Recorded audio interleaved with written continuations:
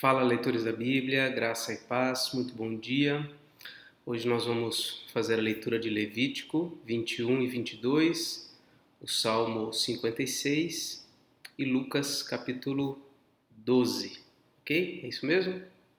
Isso, Lucas capítulo 12. Então vamos orar? Bendito Deus, te damos graças pela tua palavra, pelo teu Espírito e pela possibilidade de interagirmos a fim de crescermos no aprendizado da tua palavra. O Senhor nos cerca de tantos cuidados, ó Deus, e que a gente possa responder a tudo isso com obediência, com disposição para o serviço do teu reino. Que o Senhor, ó Deus, nos capacite, Pai, para a obra que o Senhor tem preparado para cada um de nós. Perdoa, ó Deus, os nossos pecados, limpa o nosso coração de todo mal. Assim pedimos em nome de Jesus. Amém. Vamos então à leitura de Levítico 21.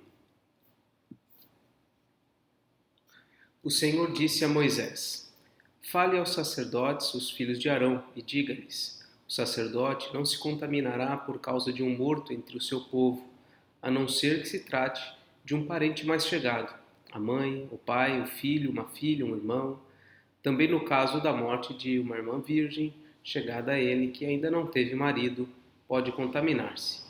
Ele, sendo o homem principal entre o seu povo, não se contaminará, pois ele se profanaria. Os sacerdotes não farão calva na sua cabeça e não cortarão as extremidades da barba, nem farão cortes no próprio corpo.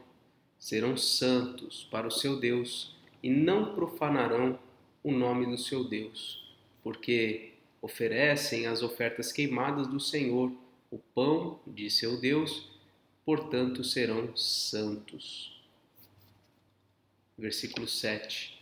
Não poderão casar com mulher prostituta ou desonrada, nem com mulher divorciada de seu marido, pois o sacerdote é santo para o seu Deus.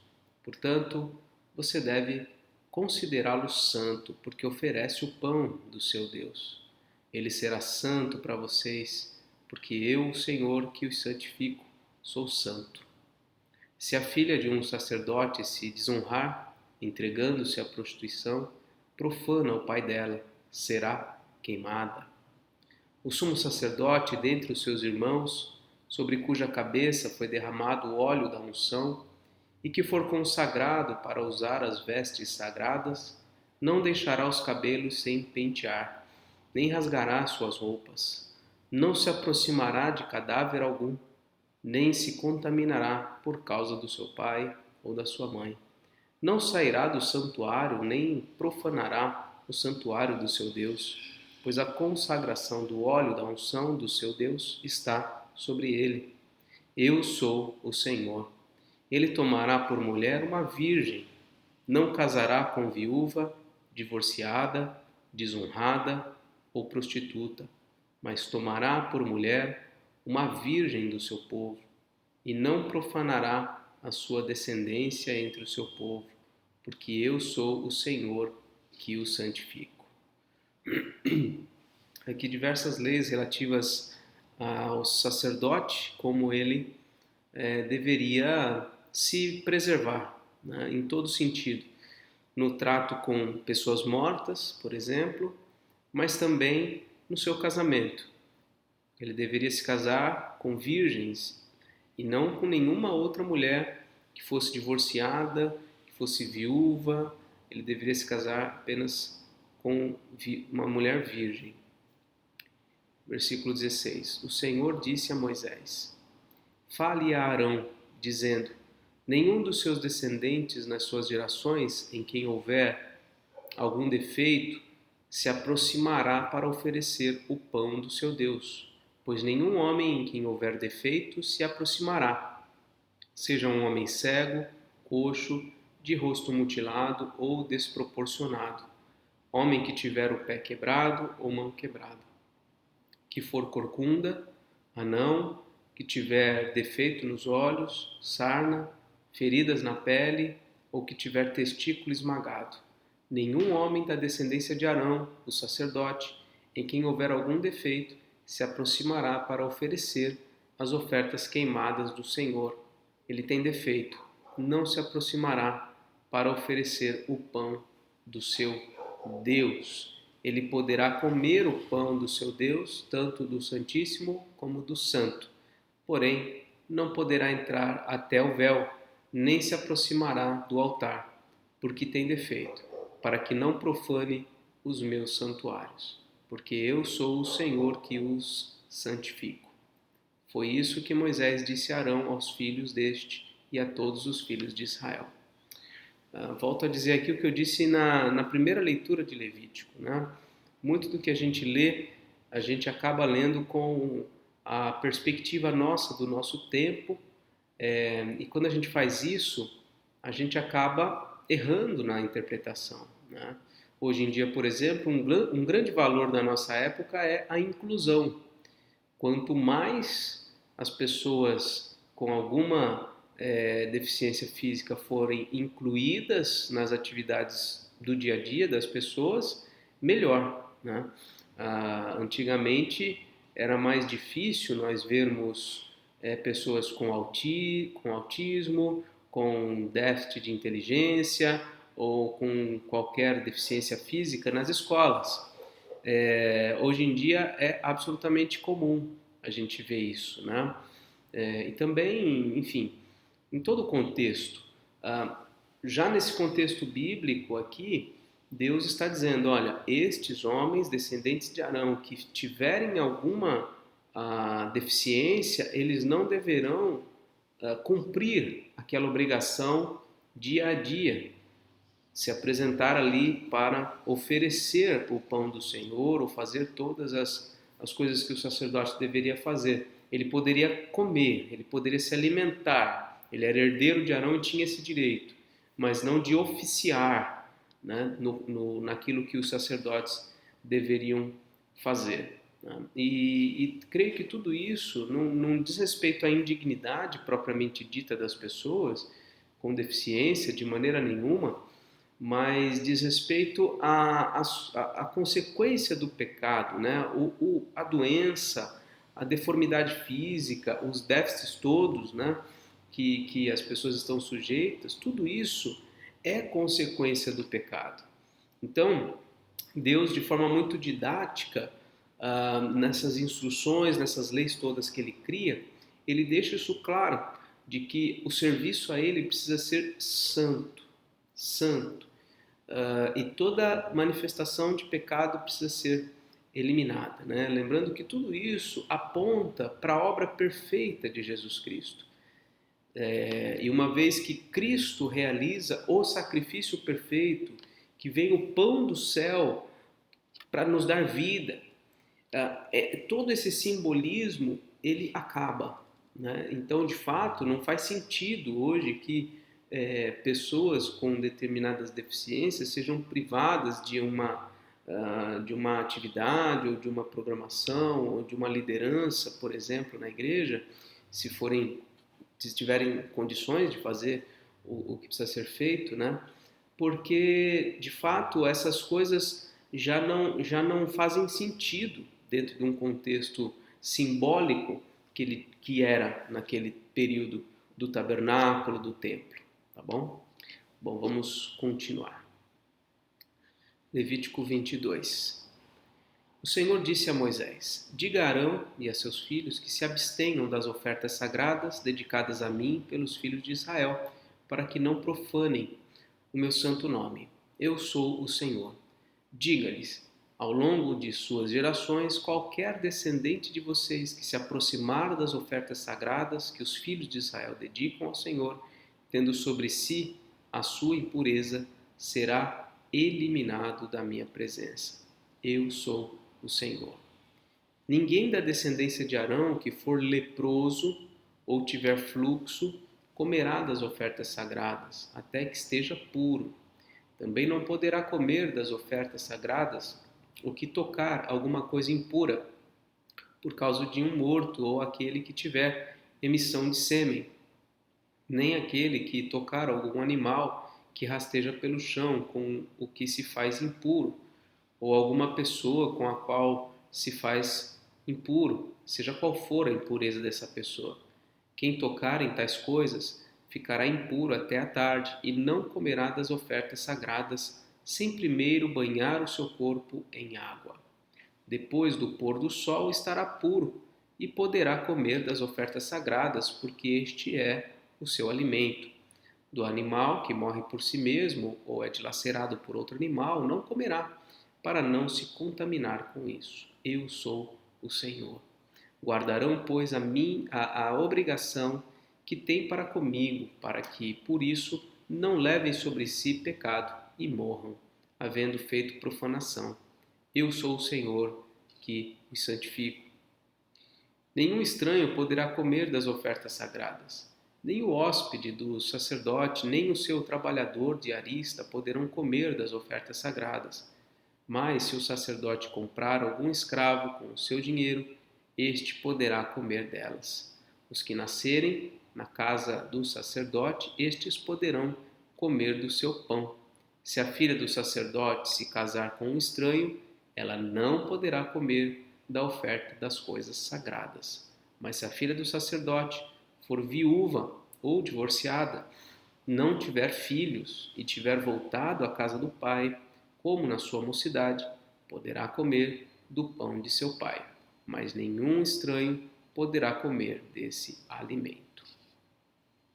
Quando fala aqui pão, né, o pão de seu pai, isso aqui, na minha visão, posso até estar equivocado, poderia até fazer uma pesquisa posteriormente, mas não se refere ao pão específico, né, propriamente dito, é também, mas é a porção que era dada ao sacerdote, né, do pão, mas também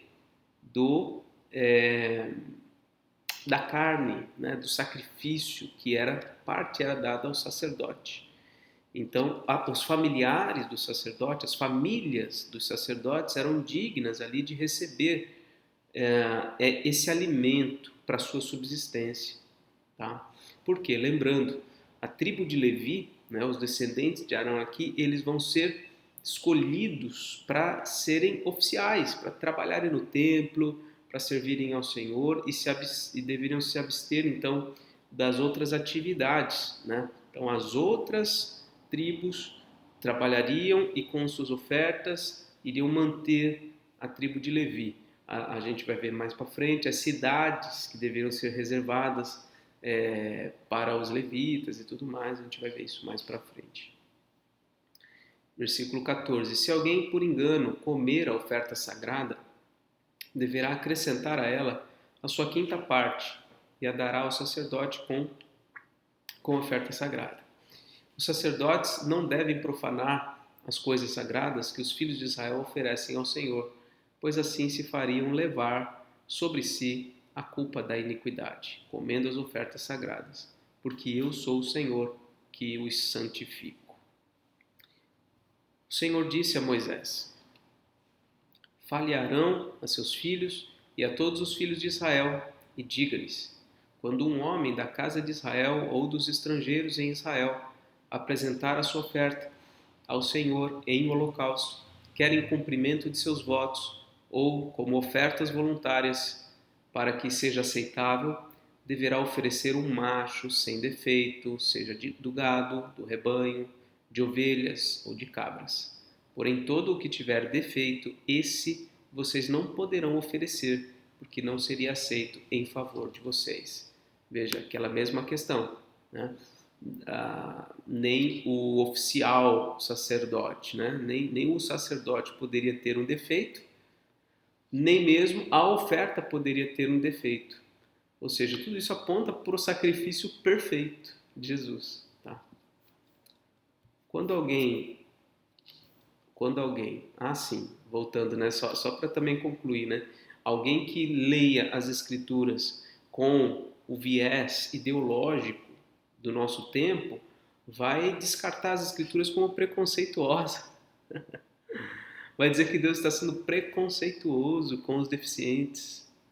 Isso é um absurdo. Não faz nenhum sentido. Não faz nenhum sentido a gente pegar as categorias ideológicas, intelectuais do nosso tempo, da nossa sociedade, do ano 2020 e poucos, e tentar colocar sob o Antigo Testamento, um texto antiquíssimo, uma sociedade antiquíssima, um momento completamente diferente. A gente não pode fazer isso, né? Vou fazer 35 anos, e eu se eu puxar minha memória de como era a vida, o dia a dia, quando eu tinha 10 anos de idade, por exemplo, muitas coisas mudaram. Quer dizer, a diferença de 2 a 3 décadas. Quanto mais milhares de anos, tá? Então, esse texto tá para, eu vou dar um chute aqui que eu não sei precisamente, mas creio que mais de 1000 anos antes de Cristo. O ano 1000 antes de Cristo, não sei se é o período de Davi, talvez seja o período de Davi. Então, assim, esse tempo aqui de Moisés é para 1400 anos antes de Cristo. Quer dizer, é muito tempo, não tem como a gente fazer essas coisas, tá? Olhar para o texto bíblico com as ideologias do tempo de hoje. São duas coisas completamente diferentes. A gente não pode dizer que é preconceito, tudo isso aqui, tá bom?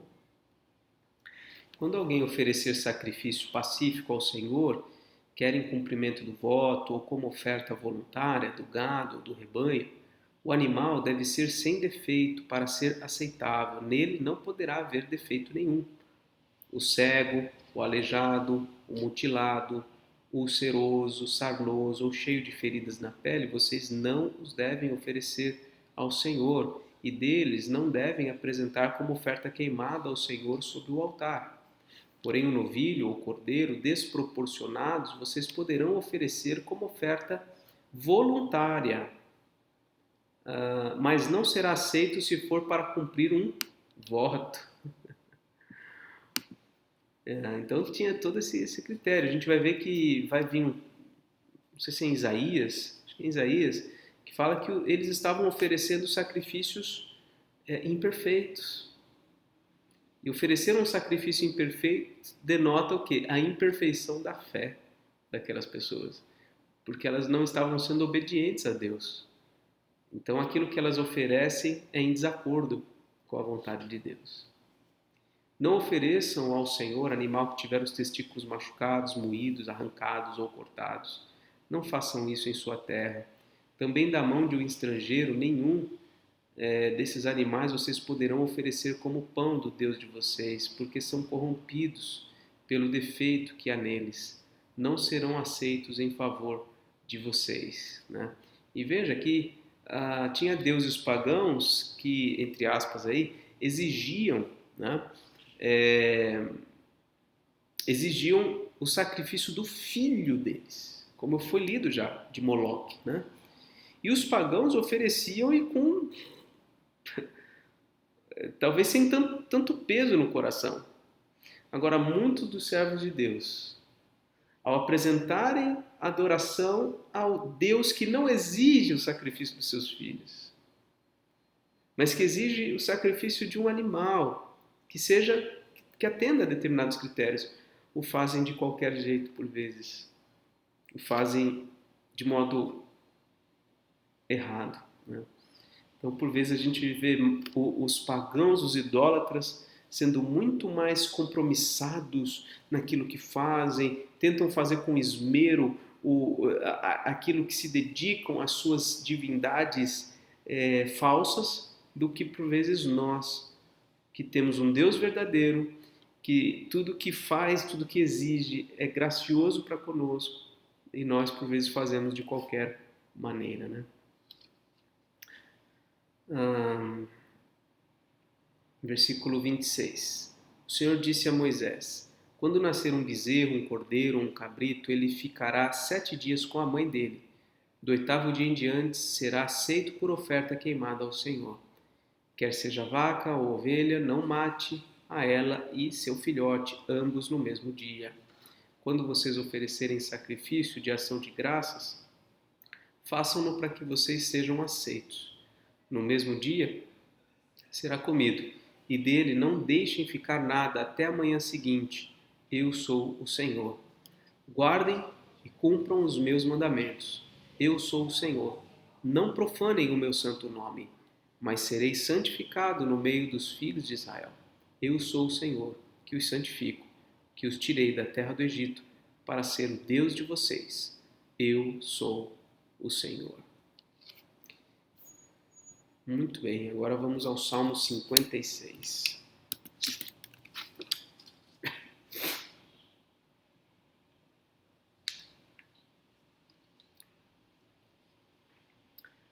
Ao mestre de canto, segundo a melodia, a pomba dos terebintos distantes. Hino de Davi, quando os filisteus o prenderam em Gate. Essa especificação devia fazer sentido para aquele pessoal daquele tempo, né?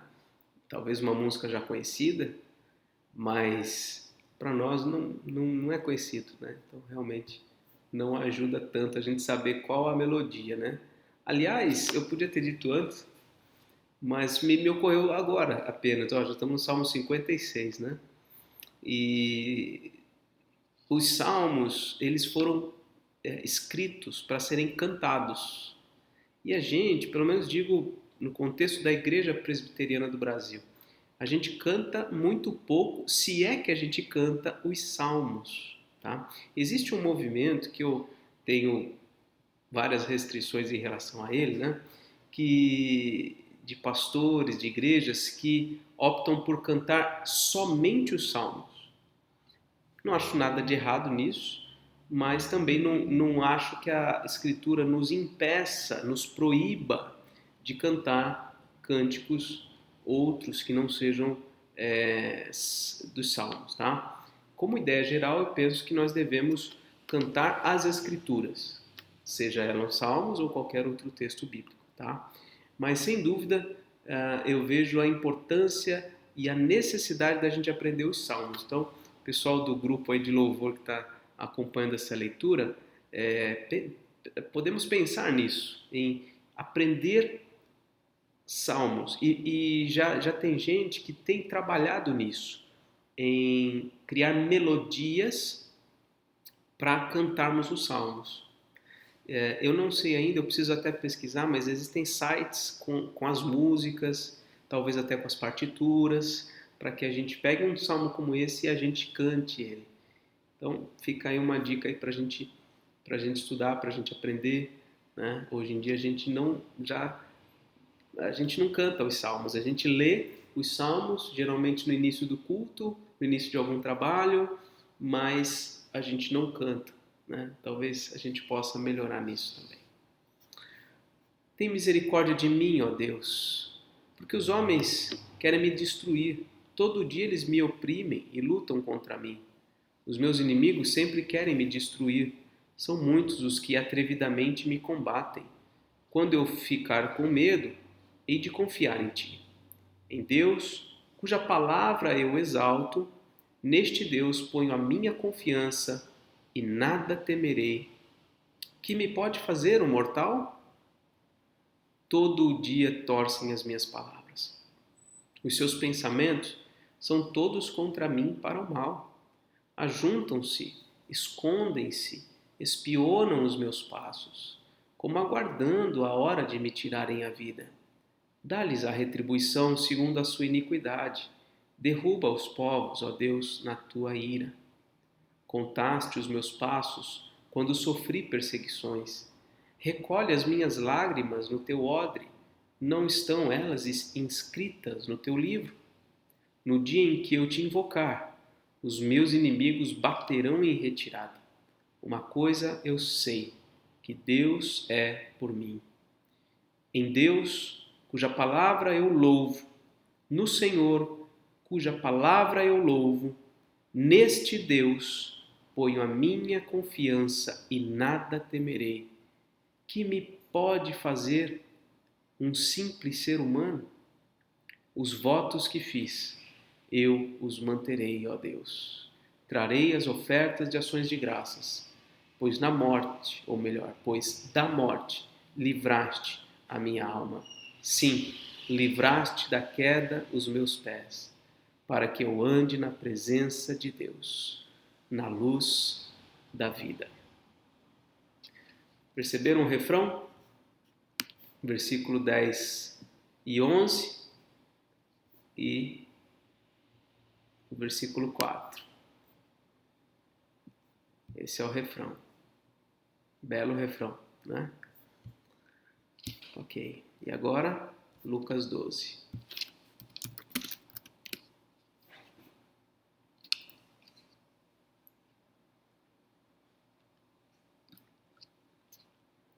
Visto que milhares de pessoas se aglomeraram a ponto de se atropelarem umas às outras, Jesus começou a dizer, antes de tudo, aos seus discípulos: cuidado com o fermento dos fariseus, que é a hipocrisia.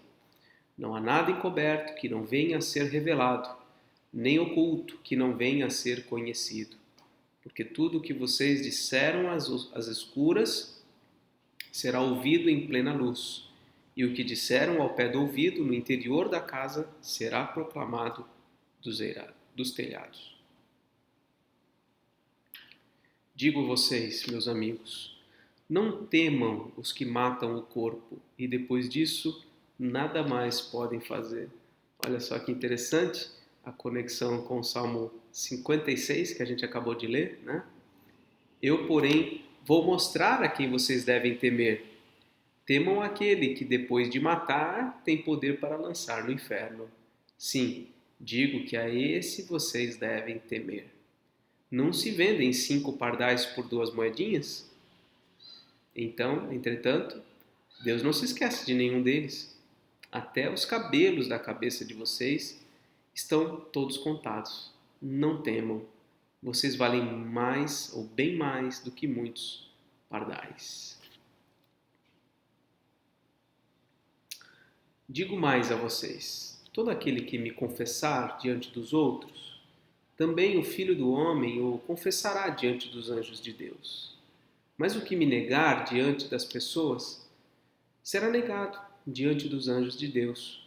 Todo aquele que disser uma palavra contra o Filho do Homem, isso lhe será perdoado. Mas para o que blasfemar contra o Espírito Santo, não haverá perdão. Quando levarem vocês às sinagogas ou à presença de governadores e autoridades, não se preocupem quanto à maneira como irão responder, nem quanto às coisas que tiverem de falar, porque o Espírito Santo lhes ensinará, naquela mesma hora, as coisas que vocês devem dizer. Então aqui vários textos sobre o cuidado, né? O cuidado de Deus com o seu povo, com os seus discípulos. Fala aqui, ó, cuidado com a hipocrisia dos fariseus, né? Não há nada encoberto que não venha a ser revelado, nem oculto que venha a ser conhecido. Ele fala aqui, né, que eles não devem temer aqueles que fazem mal para o corpo, mas devem temer a Deus. Versículos 6 e 7 mostra aqui o cuidado que Deus tem com eles, né? Os pardais, ó, 5 pardais por 2 moedinhas, quer dizer, o pardalzinho não vale nada, aquele passarinho pequenininho não vale nada. 5 pardais por 2 moedinhas. Mas diz aqui que Deus não se esquece de nenhum desses pardaizinhos, quanto mais a nós, né? Então ele até os cabelos das nossas cabeças estão contados. Deus cuida de nós. E aqui fala do cuidado, né, em relação ao confessar, né? Todo que confessa diante das pessoas, Cristo confessará diante dos anjos de Deus. Mas aqueles que o negam também serão rejeitados diante de Deus Pai. Fala da blasfêmia aqui do Espírito Santo, né? Aqui realmente o contexto não indica exatamente qual seria o pecado contra o Espírito Santo. Lá em Mateus 10, eu achei que era o 12, mas aqui está escrito 10, né? Vai explicar um pouco melhor sobre o que seria esse pecado de blasfêmia contra o Espírito Santo, tá? E aqui também essa questão de quando eles fossem levados à presença, né, de governadores, autoridades, ou até sinagogas, que eles não deveriam se preocupar, mas que o Espírito Santo os guiaria. Então, uma série de de elementos aqui que mostram o cuidado de Deus com os seus servos, com os discípulos. Nesse ponto, um homem que estava no meio da multidão disse a Jesus: Mestre, diga a meu irmão que reparta comigo a herança. Mas Jesus lhe respondeu: Homem, quem me nomeou juiz ou repartidor entre vocês? Então lhes recomendou: Tenham cuidado e não se deixem dominar por qualquer tipo de avareza, porque a vida de uma pessoa não consiste na abundância dos bens que ela tem. E Jesus lhes contou ainda uma parábola, dizendo: O campo de um homem rico produziu com abundância. Então ele começou a pensar: Que farei? Pois não tenho onde armazenar a minha colheita. Até que disse: Já sei. Destruirei os meus celeiros, construirei outros maiores, e aí armazenarei todo o meu produto e todos os meus bens. Então direi à minha alma: Você tem em depósito muitos bens para muitos anos. Descanse, coma, beba e aproveite a vida. Mas Deus lhe disse: Louco, esta noite te pedirão a tua alma. E o que você tem preparado? Para quem será? Assim é o que ajunta tesouros para si mesmo, mas não é rico para com Deus. Gente, olha, isso aqui tem um ensinamento precioso, né? O que moveu Jesus a dizer essas palavras foi um pedido de um homem. Mestre, diga a meu irmão que reparta comigo a herança. Quer dizer, se é irmão dele, ele aparentemente é digno de receber aquela herança também. Quer dizer, é uma questão de justiça, né? Talvez até uma questão de subsistência ele receber essa herança. E a resposta de Jesus é: filho, não se deixe dominar pela avareza. Não se preocupe, porque que adianta você ter todo esse dinheiro? Hoje podem pedir a sua alma. O que você tem preparado? Para quem vai ser tudo isso? Então tem algo mais importante do que essas coisas, né? E se a gente adequasse os nossos pedidos diante de Deus a ensinos profundos como este que esse texto nos traz, quantas coisas a gente deixaria de pedir? Quantas coisas a gente deixaria de esperar que acontecesse, né? Porque não importa. As coisas que são tão valiosas para nós deixam de ter valor quando a gente olha para uma questão como essa. O que nós vamos fazer com tudo que a gente tem? A nossa vida pode acabar a qualquer momento. Deus pode encerrar a nossa vida e o que a gente tem não vai. Então, para a gente colocar a nossa vida no lugar mesmo, né? E aqui a questão das preocupações, logo na sequência, que tem muito a ver com aquela pergunta. Preocupação em relação à herança, a injustiça que estava sendo cometida para com ele, né?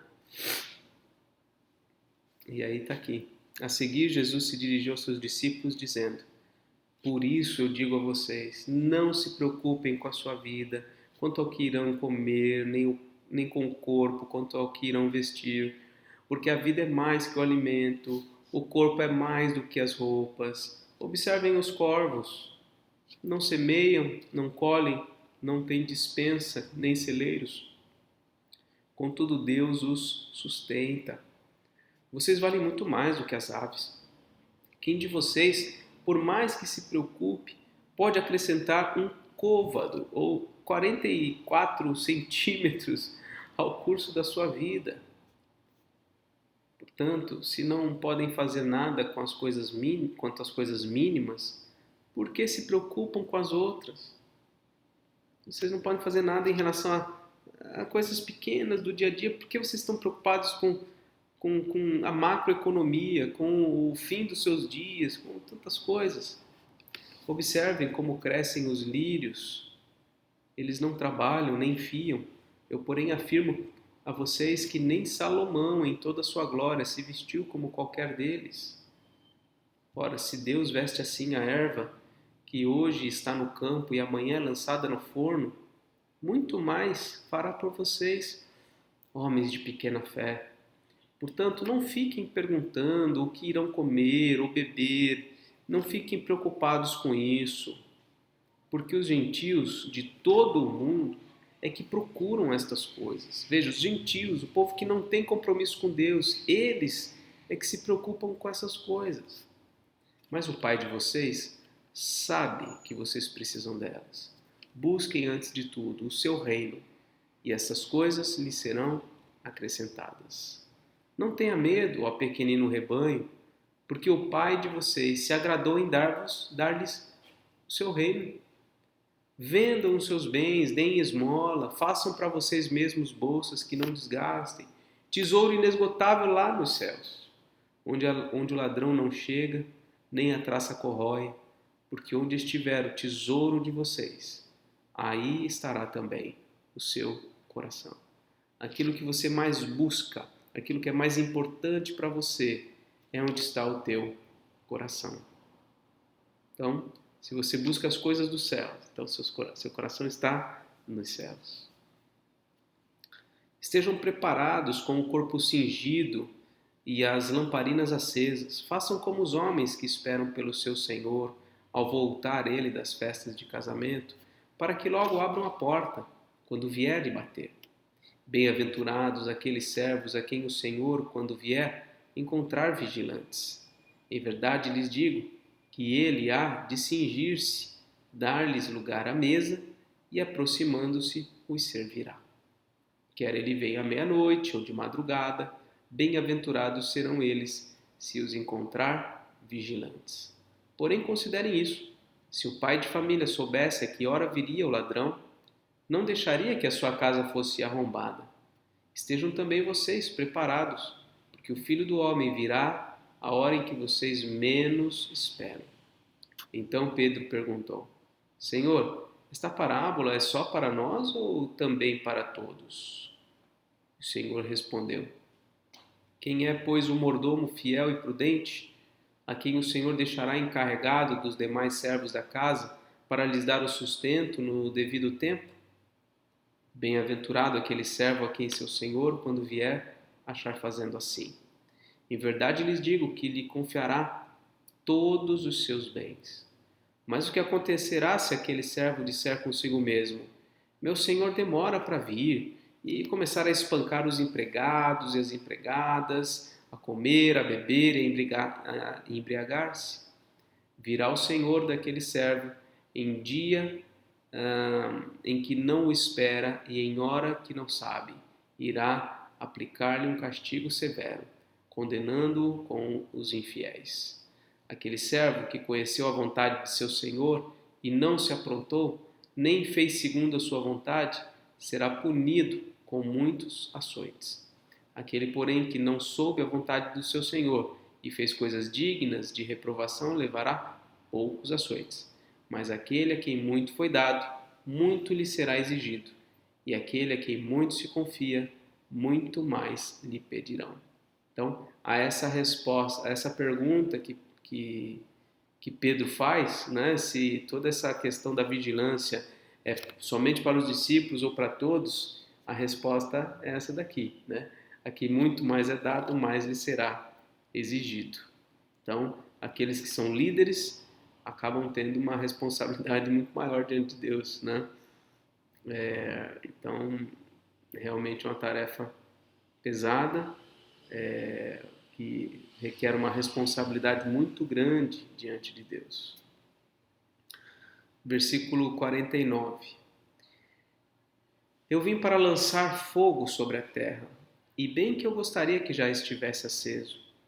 Mas existe um batismo pelo qual tenho de passar, e como me angustio até que o mesmo se cumpra. Vocês pensam que vim para dar paz à terra? Eu afirmo a vocês que não. Pelo contrário, vim para trazer divisão, porque daqui em diante estarão 5 divididos numa casa, 3 contra 2 e 2 contra 3. Estarão divididos, pai contra filho, filho contra pai, mãe contra filha, filha contra mãe, sogra contra nora e nora contra sogra. Jesus disse ainda às multidões: Quando vocês veem uma nuvem subindo no oeste, logo dizem que vai chover, e assim acontece. E quando notam que sopra o vento sul, dizem que fará calor, e assim acontece. Hipócritas, vocês sabem interpretar a aparência da terra e do céu, mas não sabem discernir esta época? E por que não julgam também por vocês mesmos o que é justo? Quando você for com o seu adversário ao magistrado, faça o possível para chegar a um acordo com ele enquanto vocês estão a caminho, para não acontecer que ele arraste você ao juiz, o juiz entregue você ao oficial de justiça e o oficial de justiça ponha você na prisão. Digo-lhe que você não sairá dali enquanto não pagar o último centavo. O tempo está próximo, né? Vigilância, e antes de tudo isso acontecer, resolva os seus problemas com as pessoas. Entre em acordo com os adversários, ok?